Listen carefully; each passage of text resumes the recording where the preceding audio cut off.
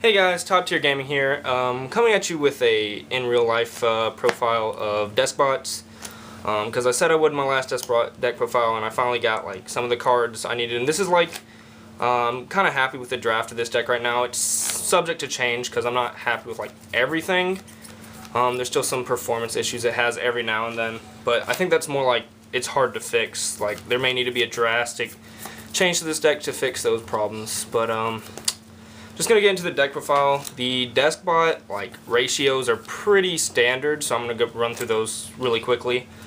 The one Deskbot one, you don't need any more than one. He can make a Nat Beast, Barkion. He's really good for synchros. He can also get big on his own, which is nice. 3 Deskbot 2, you just want to get him out really fast with either Deskbot 3 or Machine Duplication, and you just want to spam him because he can get you the resources you need to win really fast.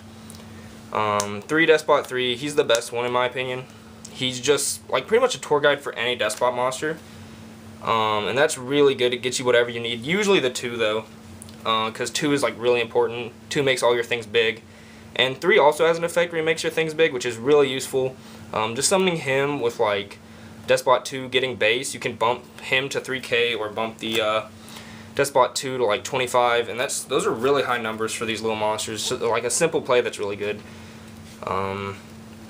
Then 3 Deskbot 4, he's really good because like he gets around like board wipes. If they Raigeki your field, you can just summon a Deskbot 4 and you're pretty much back in the game. Like he's so annoying for the opponent because he's really hard to kill. If you don't kill him by card effect, he's pretty much not going to die. Like the only way he can lose in a battle is pretty much you lost all the high level Deskbot monsters in your deck, which you would have to be in a ridiculous grind game for that to happen. He's also really good because he can get over towers type cards like Great Falcon, the Raid Raptor, or like Towers himself. He can like kill things that are like really big. Towers is banned, so that's not like a huge thing. But for any like win the game off that single monster, he's really good off at doing. 3 Deskbot 5. You play 3 of this. This is the only pendulum I play 3 of, because he can make Cyber Dragon Infinity, which is quite important. Like you can do a lot of damage and then make a decent board and then finish off with an Infinity, and it's really hard for your opponent to get around that, so that is why I play 3 of the 5s. He's also really good for popping back row. 2 Deskbot 6, it pairs with the Deskbot 5 for the scale 1. These are the ones you want to put in pendulum scale because they do stuff when they die. So if these are in your scale and you have a Deskbot like 9 and Deskbot 9 would die, then you can pop these and they get their effects, and your opponent can't really pop these because effects will go off. But Deskbot 6 field effect isn't that good, so only 2 of him. And then 2 Deskbot 7. Deskbot 7, I play 2 of. A lot of people like play 1 of either Deskbot 7 or Deskbot 8. I don't know, just I like to play 2 because if you ever get 2 on the field, like their effects make like Marauding Captain lock sort of. Like you can't attack when you have 2 of these, and you can't target Deskbot cards for effects when you have 2 of these. And also just like playing a higher number of pendulums because I feel like it gives more power, more resiliency to certain things. Yeah, it can brick more, but I'm playing like a really high base engine, and I'll show that later. And the 1 Deskbot 9, he's pretty much like the best card I think Shining Victory gave this deck. Like base is really good, but this one gets past the one problem the deck really struggles with, which is like any Mirror Force card. You can just make this thing 15,000 really easy. It's like a 2 card OTK. If you open 3 and Machine Duplication, you have a 2 card OTK for 15,000 Deskbot 9. So yeah, that's the Deskbot ratios. I think it's pretty standard.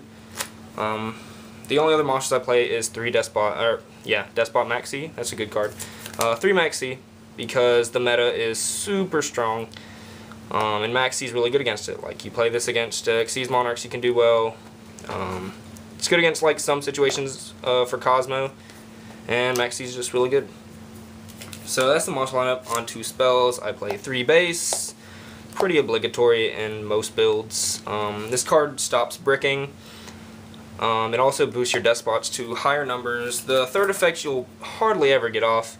But it is possible, especially if you Machine Duplication a Deskbot 4, you can fill up your grave for like whatever you're missing, and you can actually do it. It's like plausible if you're using 3 Deskbot 4, but you don't really care for that effect. But along with the 3 base, I play 3 Terraforming.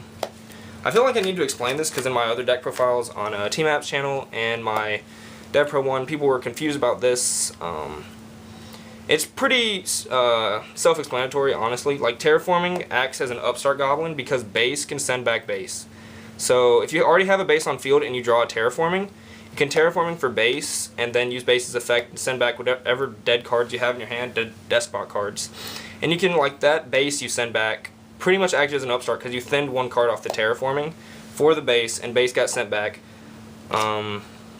It's not exactly an upstart because you can draw like another Terraforming kind of and get another base, but it's for like most situation it will act like an upstart. And then you just want to get base as fast as possible, so 3 Terraforming is nice for that. And I do play the 1 upstart, so it's like I'm playing 4 upstart goblins. 3 Machine Duplication, arguably the strongest spell in the deck. You use this on 2 and you're just pretty much guaranteed to win. Like, I don't really want to say it like that because you can definitely still lose.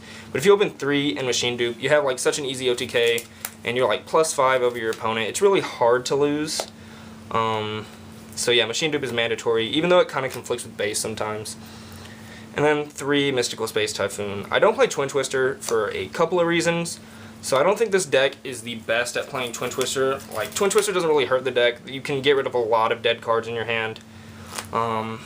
But I think it plays MST better because there are times where I want to pop my own base, and I usually do that by searching another base with Deskbot 2 and playing it over the other base face down if I need a Machine Dupe. But there are times where that's not feasible, so MST, if you need to pop your own base really bad, is a lot better than using a Twin Twister to just pop your base. So that's one reason I play MST. But I also just feel like MST is better in this deck. And one card I'm not playing that you'll notice is Reasoning.